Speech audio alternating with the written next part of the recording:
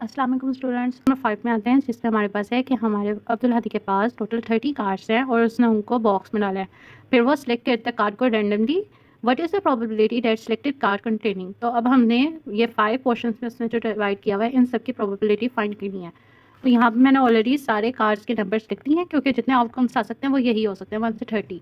तो ये total 30 cards से, तो नंबर ऑफ SP 30 होंगे। अब लेट करते हैं, जब हमारे पास इवेंट ए है वो क्या है कि नंबर 25 हमारे पास आना चाहिए।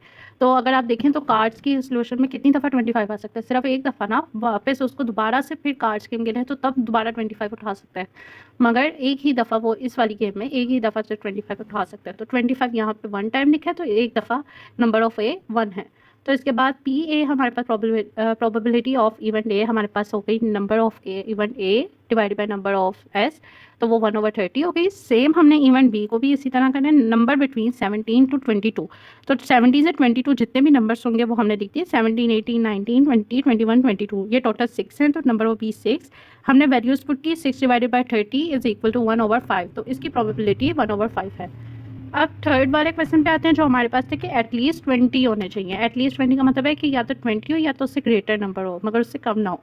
तो हमारे पास 20 से जितने भी थे नंबर्स वो 30 तक जाते थे, क्योंकि 30 कार्ड्स है हमारे पास। 20 से 30 कार्ड्स हमारे पास टोटल 11 कार्ड्स होते हैं, और 11 डिवाइडेड बाय 30 हमारे पास इसकी प्रोबेबिलिटी आ गई। मैं 5 के पार्ट में देखूँ और 6 के पार्ट में देखूँ, तो उसने कहा हुआ है नॉट। तो नॉट का मैंने आपको जैसे तरीका बताया हुआ है कि D कॉम्प्लीमेंट और E कॉम्प्लीमेंट फाइंड करेंगे, उसी इवेंट का कॉम्प्लीमेंट फाइंड करेंगे नॉट में। तो उससे पहले हमें फाइंड करना होगा D और E, जो यस आंसर होता है। यस आंसर में है कि नंबर 27 और 29 होने चाहिए। स्टेटमेंट तो हमारी है कि नहीं होने चाहिए, तो हम उससे पहले फाइंड करेंगे होने चाहिए वाले। तो 27 और 29 हो, तो उसका सोल्यूशन सेट क्या बनेगा, 27 और 29, और ये टोटल 2 टाइम्स आ सकते हैं आउटकम, तो 2 आ जाएगा। और PD फाइंड किया तो हमारे पास आ जाएगा 1/15। तो PD कम्प्लीमेंट का जो फॉर्मूला होता है वो होता है 1 - PD।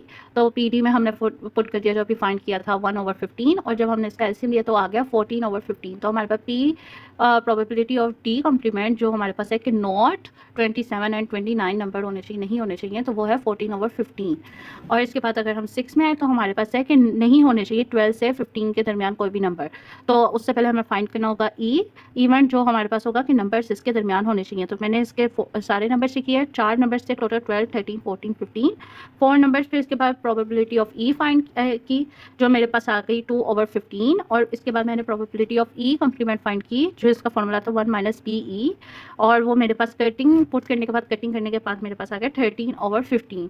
तो आप देख सकते हैं कि प्रोबेबिलिटी ऑफ E कम्प्लीमेंट का मतलब भी वही है जो मेरी स्टेटमेंट में लिखा है कि नॉट बिटवीन 12 to 15। तो जब भी नॉट आए तो आपने फॉर्मूला ये वाला यूज़ करना है, उससे पहले आपने ये फाइंड करना है PE, जो येस आंसर होगा, इसके बाद नॉट आंसर का हमारे पास सोल्यूशन आ जाएगा। आपको वीडियो अच्छी लगी हो तो लाइक और चैनल को सब्सक्राइब करना ना भूलिएगा, और कमेंट में अगर बताइएगा कि आपको कोई भी क्वेश्चन का सोल्यूशन आपको समझना है, और कुछ भी आपको अगर मिस्टेक मेरी लग रही हो तो मैं इम्प्रूव करने की कोशिश करूँगी। तो थैंक यू सो मच, अल्लाह हाफ़िज़।